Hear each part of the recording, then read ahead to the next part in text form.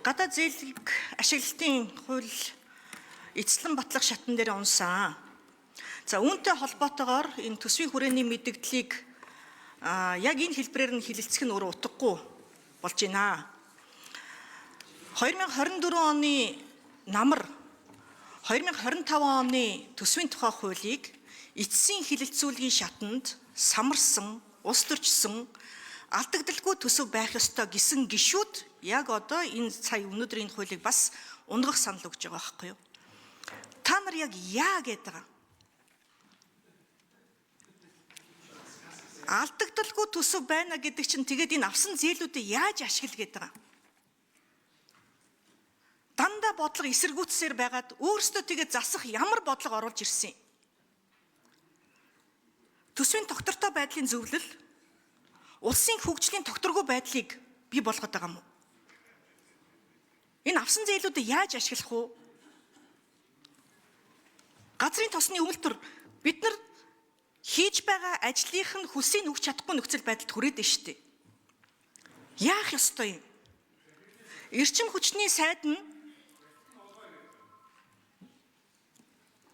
бүх сайдууд нь Эрдэнэ бүрний усны цахилгаан станц сэлбтэр ч гэсэн бид нар бондыг босгох зөвшөөрлийг өгсөн шүү дээ. Бондо босгоцсон. Өөр юунд ч зарцуулах боломжгүй. Өдөр болгон бид нар энэ авсан зээлийнхаа төлбөрийг төлж байгаа. Зээлийн хүүг төлж байгаа. Улам нэмэгдэж байгаа. Яах ёстой юм? Яа гэдэг юм? Би ердөөс ойлгохгүй. Ерөнхий сайд төсвийн энэ зарлагын тэнцлийг хувь хэмжээг нь өөрчлөх талаар санаачлаг гаргаа. Сангийн сайдаа яаж албан ёсоор тэгвэл одоо энэ төсөвдөө оруулаад энэ гадаад зээлгүүдийг ашиглах вэ? Бид нар чинь энэ төсвийн тэнцлэн тухайн төсвийн жилийн дотоодын нийт бүтээгдэхүүний 2%-аас илүүгүй алдагдaltaй эсвэл ашиглалтаа байна гэсэн ийм одоо хязгаарыг таазыг өөрсдөө тавьчихсан. Тэгээ урсгал зардлуудаа багтааж чадахгүй танаад хасаад бүр адаг сүлдө яаж ийм гэхээр хөөх юм уу төрийн албан хаагч дээрээ асуудлаа одоо нааж үлдээж байгаа байхгүй юу? Төрийн албан хаагчдын тэтгэврээ тогтоолох тасанд нь нэгд олгодог 36 сарын тэтгэмж бууруулах оролдлого оруулж ирсэн, хിവэр нь үлдээсэн, тэгсэн ч гэсэн төсвийн 50% л баталсан. Яагаад үг гэхлээр энэ хязгаартаа багтахгүй байгаа байхгүй юу? Тэгээ яаж цалин хөлсөө нэмэгдүүлэх юм? Яаж тэтгэврээ нэмэгдүүлэх юм? Урсгал зардлуудаа яах гэж байгаа юм? Би бүр ердөөс ойлгохгүй. Гарц шийдэл чи юу юм бэ? Та нар ямар гарц шийдэл санал болгож байгаа юм тэгвэл? Төсвийн тогтвортой байдлын зөвлөлөөс үнийг асуумаар байна.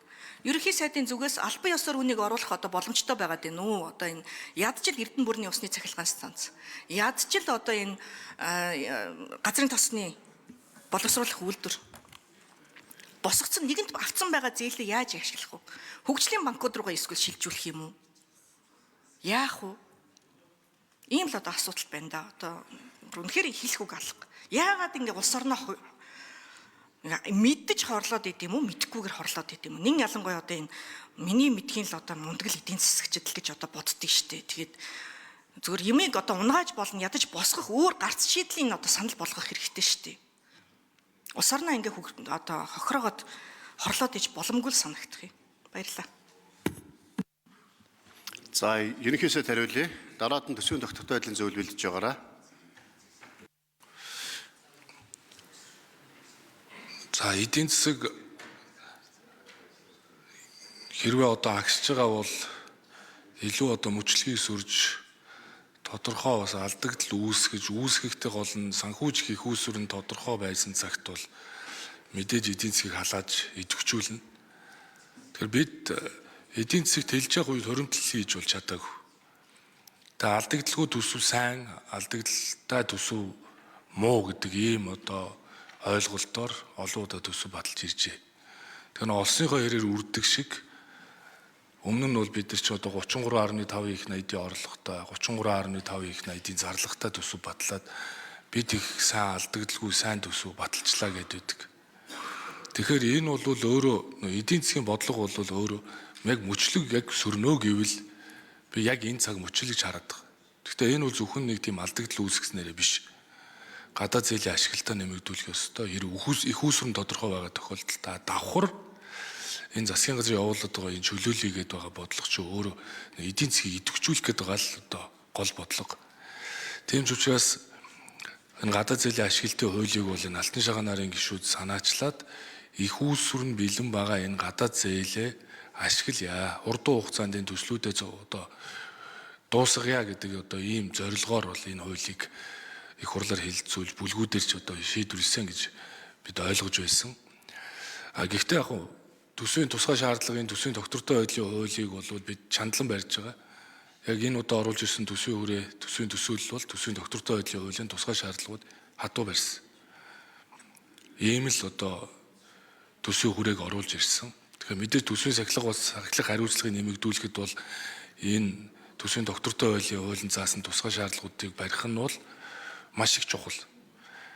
Гэхдээ яг гадаад зээл дээр бол ийм асуудал үүсээд байгаа юу? Үүсээд байгаа. Гэхдээ бас огт орон зайгүй болчоогүй. Гадаад зээл дээр бол бас харьцангуй орон зайнууд бол байгаа. 2027 онд ч бараг 4 их 80, 28 онд 3.8, 2029 онд дахиад 3.5 гэхээр нэг 11.3 их 80 төгрөгийн орон зай бол байгаа. Тэгэхээр төсвийн энэ хүрээнийхээ дагуу Эрдэнэ бүрэнгийн усан цахилгаан станц болон бусад төслүүдэд бас үргэлжлүүлээд явуулах болцоогүй гэж бол хэлж болохгүй. Тэгэхээр бид нар бол хичээнэ. Гэхдээ мэдээж нөгөө манай төсөвч маш ойлгомжтой болчиход ш 75% нь урсгал болчиход байна. Ерөөс 8 их найдын хөрөнгө оруулалт чинь 4 нь нийслэл, 1.3 шин, 1.3 зээл, 1.3 үргэлжлэл. Ийм л төсөв. Тэгэхээр энэ хууль бол одоо бас чухал байлаа. Гэхдээ бидний засгийн газрын зүгээс бол батлагдсан төсвийн хүрээнд хууль төслөө төс. За гүйцээг хариулчих. Ерөнхий сайдын микрофон. Тэгэхээр мэдээж энэ бол их хурлын бүр их төсвийн хүрээ төсвийн төсөөлөл засгийн газар өргөн мэдүүлсэн 5 хүн хэлэлцээд батлаад өгвөл бид нэр энэ макро 9 тоогоо бол засгийн газар өөрсдөө өргөн мэдүүлж их хурлаар хэлэлцүүлж байна. Тэгэхээр мэдээж энэ хууль батлагдсны дараа бол бид энэ хуулиндаа нийцүүлээд энэ хязгаартай багтаагаал одоо эх оныхоо төсвийн төсөөллийг эх оныхоо төсвийг оруулж ирээд явна гэдгийг бас хэлье. Зүгээр саяны хууль унснараа гадаад зээл огт ашиглахаа болгож байгаа гэдэг нэр бол биш ээ. Газрын тусч бай, Эрдэнэ бүрэнгийн усан цахилгаан станцч бай. Гадаад зээлийн 2027 онд ашиглах дүүн нь ээж бараг 2.5 их 80 шүү дээ. Тэгээ үргэлжлэл явна. Энэ хэмжээгээр хэрэгжүүлэх төслүүдийн одоо ингээд үргэлжлүүлээ явуулна. Гэхдээ мэдээж сахилгад хариуцлага нэмэгдүүлээд зарим төслүүдийг хойшлуулах эрэмблэх ажлуудыг бол хийхээс үр зам багхгүй. За төсвийн доктортой байдлын зөвлөл хариулъя. Дэлгэр сайхан дарга 3 дугаар микрофон. Эндрий.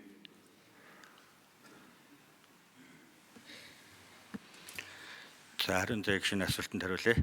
За төсвийн доктортой байдлын зөвлөлөөс дүгнэлтээ өгөхдөө төсвийн бодлогын өмнөх хэрэгжилт болон төсвийн доктортой байдлын хууль эрх зүйн орчинд үзүүлэх нөлөөлөл, гадаад үрд үзүүлэх нөлөөлөл гэдэг ийм байдлаар хандаж дүгнэлтээ өгсөн. За өмнөх төсвийн бодлогын хит хэл талдаатай байдлаас болоод бид төсвийн хөрөнгө оруулалтын орон зайгаа бодлогын орон зайгаа хумсан гэдэг ийм дүгнэлтэнд хүрсэн. Мөн энэ хуулийн өөрчлөлтийг хийснээр хоёр төсөвтэй болох төсвийн доктортой байдлын хууль эрх зүйн орчинд сөрөг нөлөөлөх юм байна гэдэг энэ агуулгыг бид харсны улмаас яг төсвийн доктортой байдлыг хангуулах эрх үүрэг бүхий төрийн улсын хурлын дэргэдэх байгууллагынхаа хувьд бол бидний зүгээс шууд дэмжсэн дүгнэлт өгөх ямар ч боломжгүй байсан. Тийм учраас бид нар энэ дүгнэлтийг өгсөн гэдгээ хэлье. Шийдвэр гаргалтыг бол улсын хурал дээр яаж гаргахыг бол бид бол зөвхөн дүгнэлт шийдвэрлэл гаргадаг. Тэрийг улсын хурал хэрхэн хүлээж авч шийдвэрээ гаргах нь бол улсын хурлын бүрийн эрхийн асуудлаа гэж хэлмээр байна. За аюул шарын зэгшин тодруулъя. За улсын их хурлын тэгээ бүрэн эрхийн асуудал юм бол тэгэл бидний л буруу юм байна л да. Угаасаа ч тэгэл бидний л буруу л дөө. Газрын тосны үйлдвэр энэ жил зээл ашиглалтаас нь бараг хэдэн төгрөг тавигдсан юм дээ. Мөнгө тавигдсан биш үү? Тавигдсан юм уу? Тавигдаагүй юм уу? Чи энэ хууль гарчна гэсэн найдалгаар л юу ч тавиагүй шүү дээ. Зарлах талтаа сангийн яам. Тэгээ одоо энэ жилдээ яг яая гэдэг юм бол хийсэн одоо ажлынхаа мөнгөний ч өгч чадахгүй ингэ сууж байгаа шүү дээ. Энэтхэгийн засгийн газар энэтхэг талаас одоо яаж байгаа вэ? Би л одоо ичж байна. Петрочайна нөгөө талдаа олборлох нөөцөө бууруулад байгаа шүү дээ. Энийг бас бид нар мэдж байгаа байгаа да. Үйлдвэр ашиглалтанд орох хугацаа нь хоошлол байдаг, Петрочайныг гарах хугацаа нь найшлал байдаг. Тэг одоо яг яацгах юм бол энэ том агуулгаар нь харж байгаа хүн байгаа юм болов уу? Энийг нэг ярьчмаар байгаа дах юм яах ёстой юм бол. Одоо энэ одоо зүгээр үгэл гэж одоо яа да одоо ямар хариулт өсөх вэ тэ угаас хариулт ирэхгүй юм болий.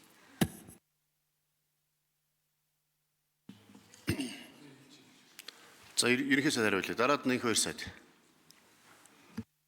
Гадаад зээлийн ашиглалтын хууль батлагдаагүй учраас засгийн газар төсвийн хүрээндээ энэ газрын тосч ба Эрдэнэ хөрөнгө усан цахилгаан станц энэ төслүүдийн ашиглалтыг оруулаад л явсан шүү дээ. Ороод явж байгаа. Дээрээс хасаад биш шүү дээ. Хууль батлагдаагүй байхад бид нар төрүүлээд гадаад зээлийн ашиглалд орчих байхаа энэ төсвийн хүрээнд байхгүй гэдэг юм уу байхгүй шүү. Энэ хуулиараа явж байгаа 2.5 их 80 төгрөгийн орон зай байгаа зал зээлийн ашиглалд та бүхэн хэрвээ энэ сэлбч нэмэгдүүл. Тэгэхээр та бүхэн хэрвээ энэ хуулийг ингээл өнөөдөр батсангүй шүү дээ. Тэгэхээр энэ төсвийн үрээгээ батлаад явхад бид нар эндээ багтаагаал явна. Бусад ажлууд бол хийж байгаа. Тэр Петрочайнагийн дээр одоо J2 сая дахлаа явж байна. Оюутлогоо хилцээрийг эхэлж байна. Гэхдээ 5 сарын 12-нд одоо йогийн хүмүүс ирэх гэж байна. Тэр болгон чинь тооцоол бид нэр энэ эдийн засгийн өсөлтөд 1% тооцоод л оруулж ирж байгаа. За ариун зайгшин тодруулъя. Нэмэлт асуулт 1 минут. Ерөнхий сайдаа бид засгийн газрын үйл ажиллагааг огт муулж гэдэг юм уу, огт одоо шүүмжил хэлээгүй шүү дээ. Би асуудал байгааг хэлээд байгаа байхгүй. Энэ төсвийн хүрээ 27 оных дараа жилийнх би яг 26 оны энэ зарцуулалтын асуудлыг яриад байгаа байхгүй. 26 онд яг одоо бид нар энэ газрын тос боловсруулах үйлдвэрийн хийгдэж байгаа ажил дээр 26 онд буюу энэ жил өгөх ёстой мөнгөө өгч чадахгүй байгаад байгаа байхгүй. Эрхэн тавигдаагүй. Тэгэхээр энийг эсвэл одоо төсвийн тоцтголоор одоо оруулж ирэх юм уу, орон зай байгаа юм бол би энэ жилиг л яриад байгаа байхгүй. Тэгээ та энийг би одоо ингээд засгийн газрыг шүүмжлээд байгаа мэт битгий ойлгоорой. Би ажил явуулах гээд байгааг л одоо хэлээд байгаа байхгүй. Тэгээд энэ тал дээр нь хэдүүлээ бас анхаарч ажиллахгүй бол асуудал үүсэж шүү гэдгийг л одоо хэлэх гэсэн. Баярлалаа. За эдийн засгийн хөгжлөөс